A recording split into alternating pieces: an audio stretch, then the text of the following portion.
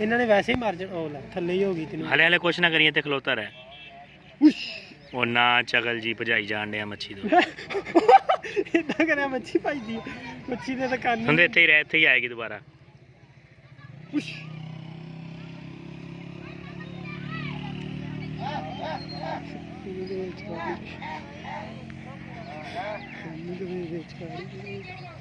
नहीं गल है ये पैर रखने की जगह कोई नहीं है ਇਹਦੇ ਚ ओए ओए आ गई ओए संधू हो गई ओही परे मोड़ दो ने दो ही ने